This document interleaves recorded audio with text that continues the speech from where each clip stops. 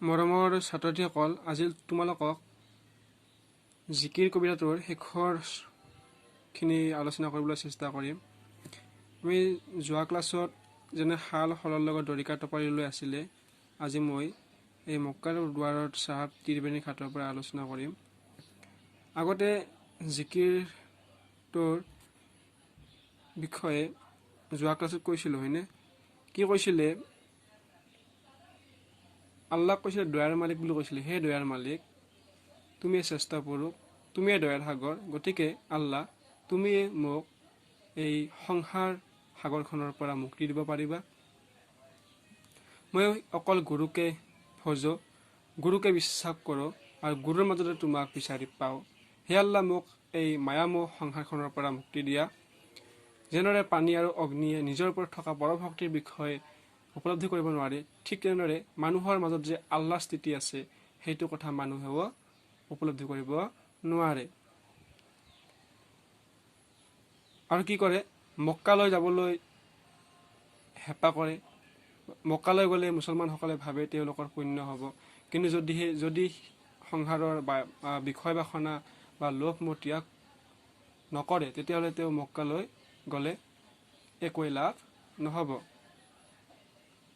তাৰপাছত মক্কালৈ যোৱা লোক মানে মুছলমান, যদি বিশ্বাসী মুছলমানসকলে মক্কালৈ যায়, তেতিয়াহ'লে তেওঁলোকে সেই আল্লাহক উপলব্ধি কৰিব পাৰিব বা তেওঁলোকে পুণ্য অৰ্জন কৰিব পাৰিব। আৰু সংসাৰ বাসনাত লিপ্ত হোৱা বা সংসাৰৰ যি চিন্তা, সেইবোৰ ভাৱধাৰণা, সেইবোৰ যদি লগত লৈ যায়, তেতিয়াহ'লে সেই লোকসকলে মক্কালৈ গ'লে ঈশ্বৰক বা আল্লাহক উপলব্ধি কৰিব নোৱাৰে। যেনেকৈ শাল আৰু শ'ল মাছ আছে। শাল শ'ল মাছ তোমাৰ ডাঙৰ মাছ আৰু দৰিকণা মাছ হৈছে সৰু মাছ। গতিকে শাল মাছৰ লগত যদি দৰিকণা মাছ ঘূৰিবলৈ যায়, তেতিয়াহ'লে বাৰু দৰিকণা মাছ আৰু শাল মাছৰ লগত পাতা পাব নেকি? তেতিয়াহ'লে সেই বিশ্বাসী মুছলমান বা সৎ লোকসকলৰ লগত এই মানে বিষয় বাসনা, মানে যিসকল লোকক মানে ভগৱানৰে আন এটা ৰূপ বুলি ক'ব পাৰি, মানে অকল ঈশ্বৰকে কি কৰে? ভজন কৰে বা ঈশ্বৰকে চিন্তা কৰে, ঈশ্বৰকে স্মৰণ কৰে। তেনেকুৱা লোকৰ লগত দৰিকণাময় লোক, অৰ্থাৎ যোন সংসাৰৰ বিষয় বাসনাত লিপ্ত হৈ থাকে বা পাপী কাম কৰে, তেনেকুৱা লোকবোৰে কি হৈছে?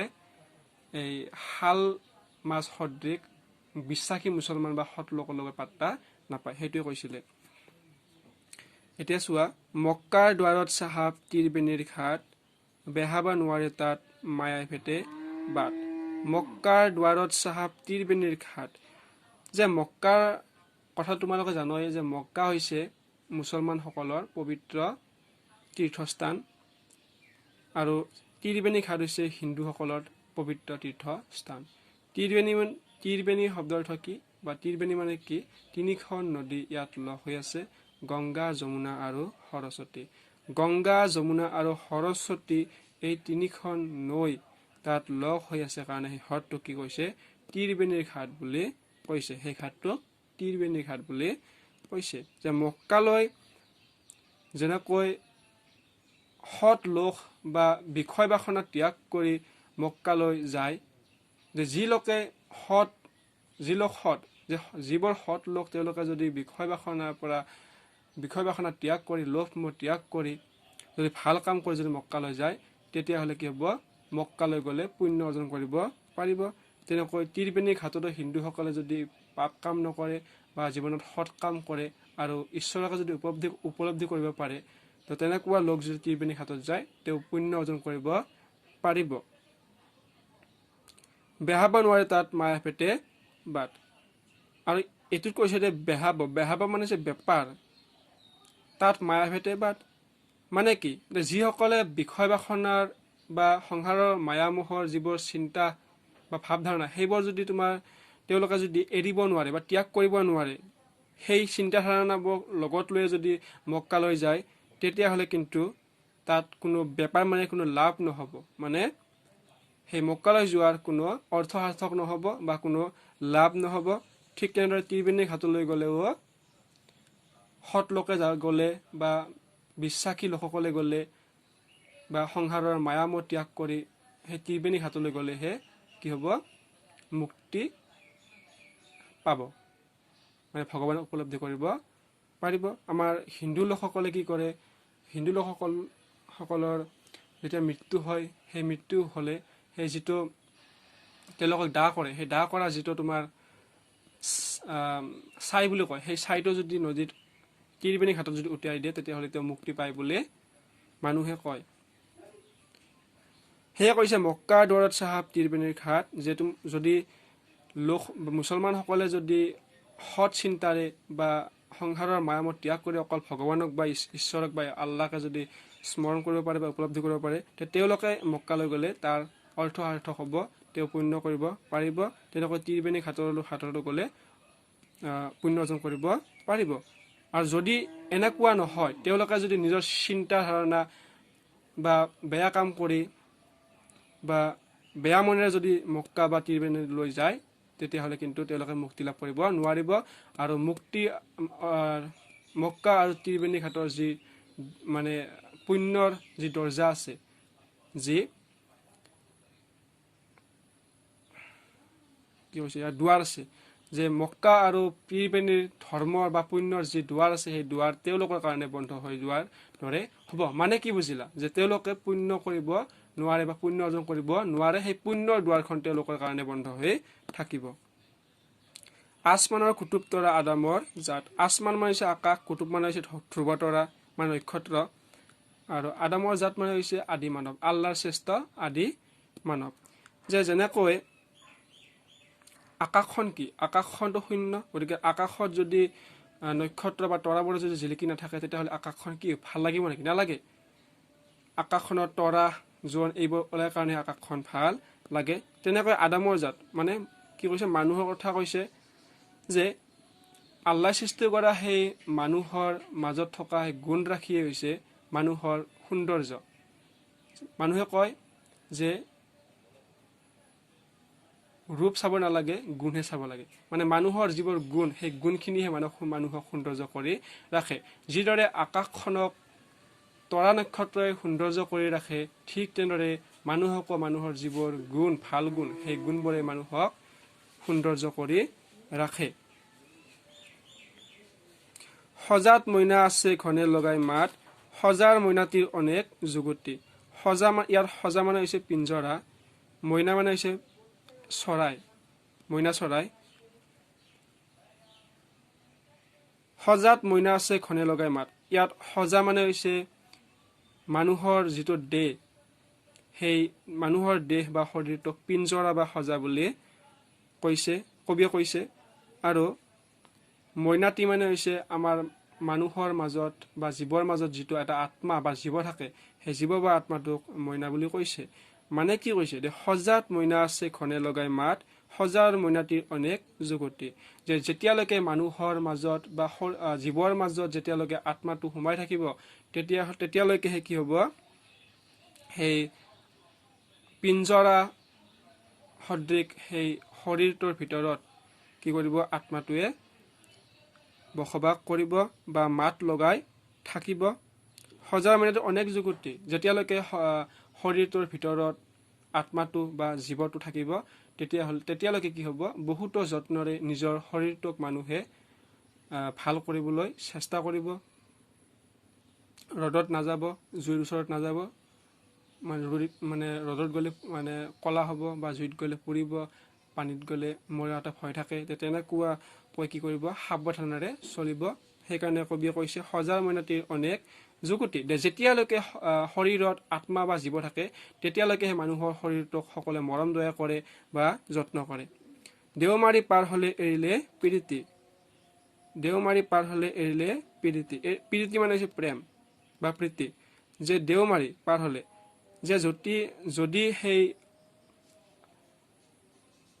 শৰীৰটোৰ পৰা আত্মাটোৱে বা জীৱটো যদি দৌৰি গুচি যায় বা উৰা মাৰি গুচি যায়, তেতিয়াহ'লে কিন্তু সেই শৰীৰটোক মানে কোনো প্ৰেম নকৰিব বা প্ৰীতি নকৰিব, মানে কোনেও মানে তাক মৰম নকৰিব, তাক পেলাই দিবহে লাগিব। দেওমাৰি পাৰ হৈ জীৱই আছে চাই, চোৱা চোৱা জীৱসকল ভেলৰে বিলাই। দেওমাৰি পাৰ হৈ জীৱই আছে চাই, যে যেতিয়া সেই শৰীৰটোক ত্যাগ কৰি আত্মাটো গুচি যাব, তেতিয়া কি কৰিব? আত্মাটোৱে শৰীৰটোক চাইহে থাকিব। শৰীৰটোক যেতিয়া আত্মাটো এৰি গুচি যাব, তেতিয়া সেই পাৰ্থিৱ শৰীৰটোক কি কৰিব? সেই আত্মাটোহে ওপৰৰ পৰা চাইহে থাকিব। চোৱা জীৱসকল ফেলৰে বিলায়। যেতিয়া শৰীৰটোক ত্যাগ কৰে, যেতিয়া আত্মাটোৱে বা জীৱটোৱে শৰীৰটো ত্যাগ কৰে, তেতিয়াহ'লে সেই পাৰ্থিৱ শৰীৰটো কোনেও যত্ন নকৰে। তেওঁক পেলাই দিবৰ কাৰণেহে কি কৰে? যোজা চলায়। যেনেকৈ পানী আহিলে এখন কলৰ ভেল সকলোকে প্ৰয়োজন হয়, আৰু পানী আঁতৰি গ'লে সেই কল কি কৰে?